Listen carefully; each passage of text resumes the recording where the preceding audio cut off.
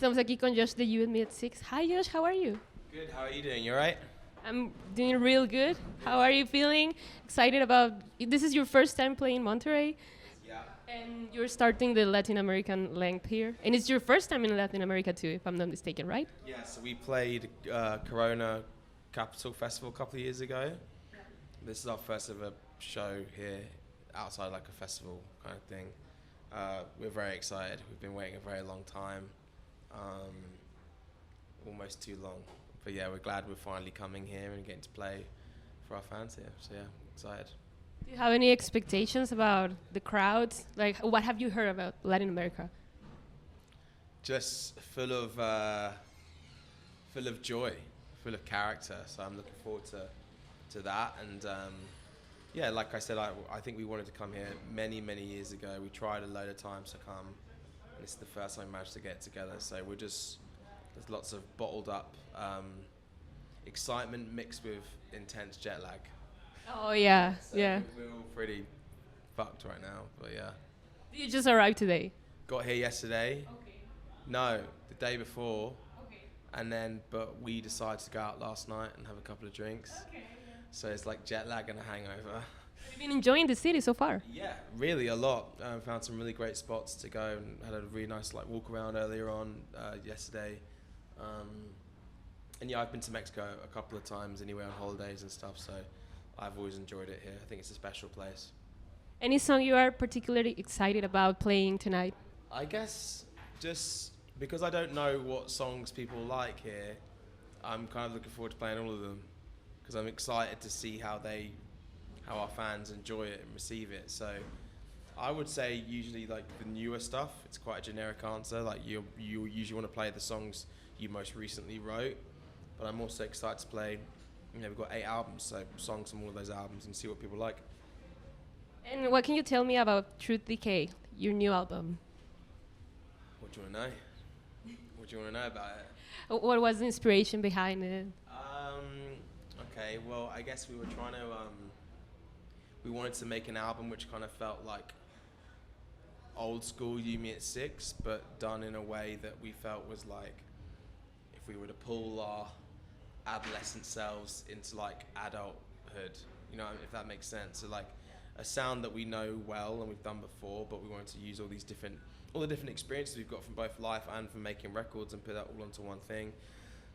And I guess it's, you know, our albums have always been like an ongoing sort of like diary entry from my perspective, if that makes sense. So it's really interesting when I listen back to our old music, I'm like, oh, that's how you were feeling then, you know, because pretty much all it's, I guess, kind of quite self-indulgent, but all the songs are pretty much about my own experiences and of those around me. So I think Truth Decay, again, is just a kind of depiction of that, of where I'm at in my life, where I feel me and the boys are at in our different sort of lives and different sort of moments. So yeah, I think it's like old school You Me at 6, but refined and like full of energy and full of angst, I guess. The album was released the same day as Paramore's and Perseverance Records, and I remember people online being like, the emo renaissance is happening for real. Like, right. do you feel like you're a part of this like movement, like this emo renaissance? Like, what do you think about that? Do you think it's... I think music goes in cycles, like trends, like it's same with fashion, you know, like music and fashion and art kind of always goes round and round and round, and you know, it's awesome. And I think like, you know, if we're part of that conversation and people feel that we're making music that is kind of valid in that conversation, and great. I think, you know, both those bands that you mentioned are both friends of ours and we've known them for a very long time, and it's amazing to see them both doing so well and still as bands. And yeah, I felt like that was a cool day when we all had records coming out on the same day. It's good for alternative music, I think, for sure. Yeah, I remember I first heard about you guys because you toured with Paramore like a few years ago. Right, okay. Yeah, we toured with Paramore for a long time ago, 2009, 2010, 2012, 2014, a bunch of different times. But yeah, they were always very, very lovely to us, and whenever we come across each other's paths around the world, we always, you know, have a nice time. So yeah. Another exciting milestone is next year, Cavalier Youth is turning 12. How are you celebrating this record? 10. If not, I've lost a couple of years. I think it's 10. Yeah, it's the Oh, you said 10. Sorry, Yeah. you said 12. That's how jet no, lagged I am. no, 10. Yeah, Words, like, 2014. makes sense. Yeah. Yeah, fair play. Yeah, no, it's exciting. I think it's cool that, again, like, I guess we're kind of conflicted sometimes because all of our records are like having these anniversaries of like 10 years, 15 years. We're like, fuck, time is slipping away. But no, it's great. I mean, we always wanted longevity, was always our biggest dream with this band. Our biggest ambition was to still be lucky enough to be able to make music and travel the world for as long as possible. So I think this is our 18th year of being a band, and so yeah, it's interesting to see that we're still doing it, and these albums are having these moments. And what's cool ultimately is that we get to share those moments with our fan bases. It's not like we're off somewhere else and we've got other jobs or started new ventures. We're like able to live it in real time and share those experiences together. So that's kind of cool. Speaking of the fans, I have some fan questions for you. We have a question from Gabo. He wants to know which album was the most difficult to record and why. The most difficult records. I'd probably say probably Sinners Never Sleep, because I think it was like a weird time for our band, just because we were still very young. I think I was only 20 when we went to America, and we recorded. It's the first time we made in America, so there was lots of first times during that period of time, and I think that you know, obviously you want your band to get more and more known and more successful, but then when you do, you get this weird sense of pressure, and then putting that pressure on yourself as a 20-year-old kid. I would say now as a 33-year-old man, like I know that 20 was young. At the time I felt like an adult, but I know retrospectively that, you know, that was an interesting time for us to be doing that. And so I wouldn't say it was difficult because of where we were at and what we were trying to process and know how to behave and know how to kind of do it. But I think you can hear that on the record as well. I think you can hear like a band that's really trying to like deal with the weight of expectation, but also like, I guess still trying to figure out who we were and what we wanted to do. I mean, our first two records, we were just really seriously just trying to emulate our favorite bands, you know, the Fall Out Boys, the Paramores, the pop punk bands we got to listen to. We just wanted to be them because they were so, to us, they were everything. They were so great. So Sinners was probably the first record we were like, okay, well, what are we and who are we and how do we portray that and do it with conviction on our own album? So yeah, maybe it was difficult for that reason. Don't know if that makes sense or not. Yeah, no, it totally makes sense. Like you were like finding yourself. Yeah. Right? Growing up. Yeah. In HD. Yeah. That's always difficult. Like growing up. Yeah. Scary. Still is difficult, but yeah, it's good. And another fun question from Jackie. She wants to know, what was the selection process for these tours set list? Like, you were visiting places you've never been to before. Like, how did you select the tracks that you wanted to play for these new crowds? Making set lists with You Me at 6 these days is like tough because we've got loads of albums, and so we do a lot of talking. But mainly, you know, we know there's songs that we all definitely want to play, and we know there's songs that we should play. You know, we have an understanding of what we think our fans want to hear, but you never really know until you do it. But this is the Truth Decay tour, so we're playing a bunch of songs on that record. But then, as I said, we wanted to, you know, celebrate the albums that we've already had out for a long time. So there'll be a bunch of songs from Sinners and Cavalier Youth and Hold Me Down and Night People. I don't know, basically all of them, maybe except for Technicolor Colours, but we can't really play any of them at the moment. It's too fast. Okay. Dan's back hurts too much. But yeah, we just sit down and talk about the songs we think that people want to hear. Okay, and another thing, a fan pointed out, I don't know if you're familiar with a singer named Halsey. Are you familiar? Yeah, I know Halsey, yeah. Yeah. I don't know her, but I know of her, yeah. She has a song named 3 a.m. Like, you have a song named 3 a.m. And funnily enough, the chorus, it seems like you are responding to what she's saying in the chorus. Oh, really? Yeah. I've never heard that song, and that's not like a diss. I've just never heard it. I like Halsey's music, actually. She's really cool. But I didn't know that, so I need to go listen to that song and hear it for myself.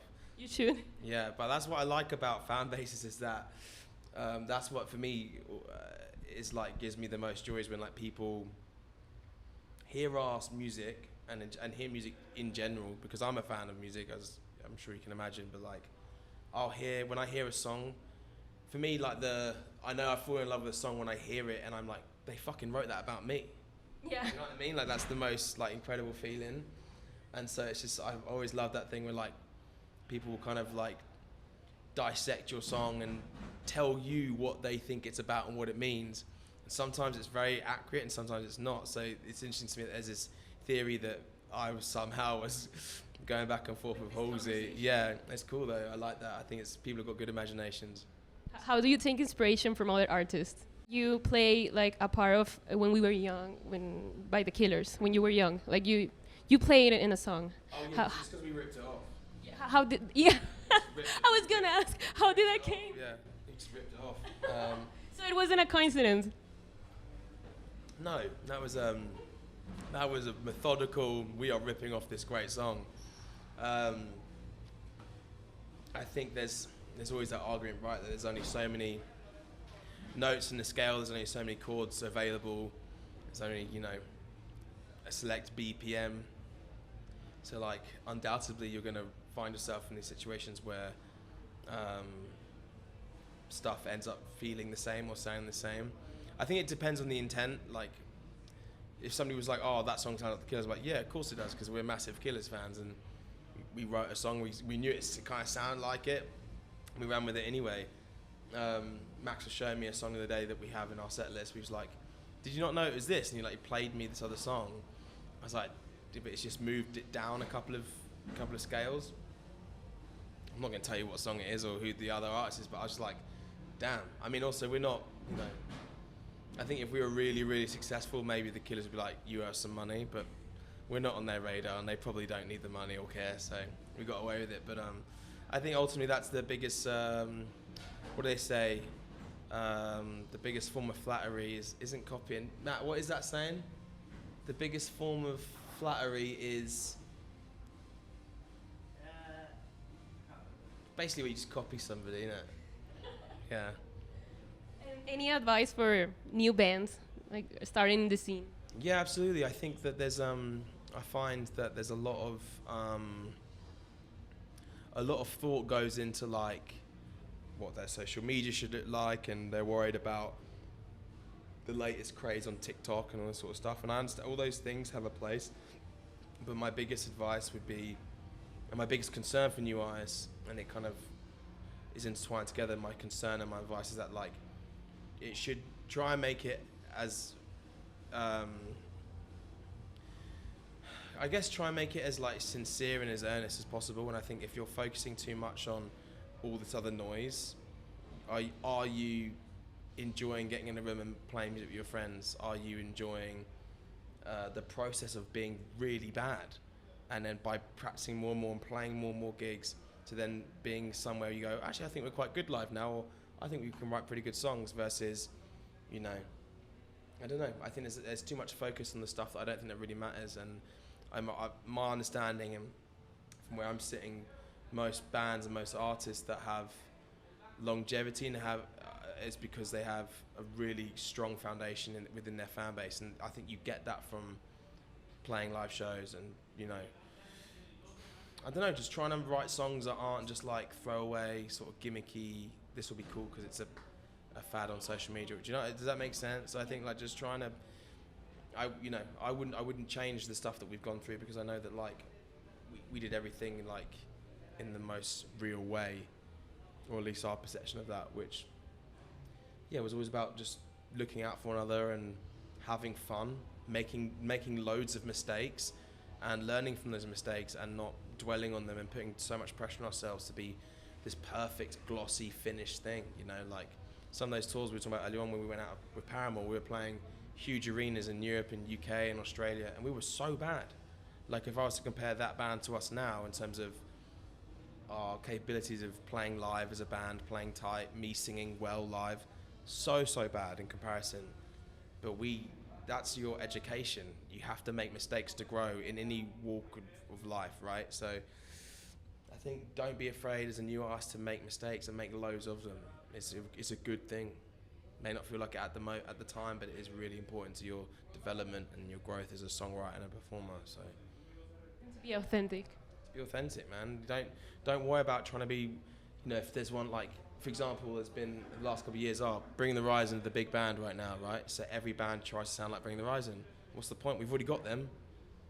No one's going to do it better than how they've done it. In the same way that, but Ollie and his band and Pickles and Jordan, a lot have inspired a generation to sound like them. In the same way that Alex Turner and the Arctic Monkeys inspired people to sound like them. Hayley Williams and Paramore, fucking Pete Wentz, Patrick Stump, Fall Out Boy. The list goes on and on about bands that have inspired others, and people have been like, right, we want to emulate that. I've been one of those bands that wanted to be like Fall Out Boy and Paramore.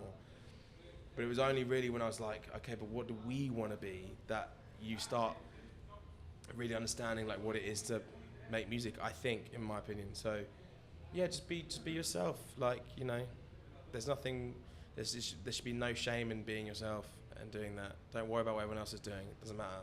It's not a competition, Funnily enough, one of the opening acts are my friends, like all at once. Cool. They are friends of mine and they are opening for you. Yeah, no, I've seen all the bands that are playing. We wanted to make sure that on this tour we realised there was an opportunity to put bands from those areas and those communities on the show. Yeah, and I think it's important because maybe there's going to be U-Meet6 fans tonight that are going to watch those bands and hear those bands the first time and go, they're really awesome. And it means that when they go and do a show, their own show, maybe it's here, maybe it's somewhere else, maybe our fans are going to become their fans and go to those shows, and then the scene grows. So it's kind of a no-brainer. So I'm looking forward to seeing what your friend's band sounds like and how, I'm sure they're going to be great. Thank you. And any last message for the fans that have been waiting for you here in Latin America? Thanks for your patience. that would be my message, yeah. And we're going to rock, aren't we? We're going to fucking rock and roll. He's not listening. He doesn't care. He's immune to my bullshit. But yeah, no, thanks for your patience and hope you enjoy the shows. Thank you so much, Josh. Very welcome. Thank you.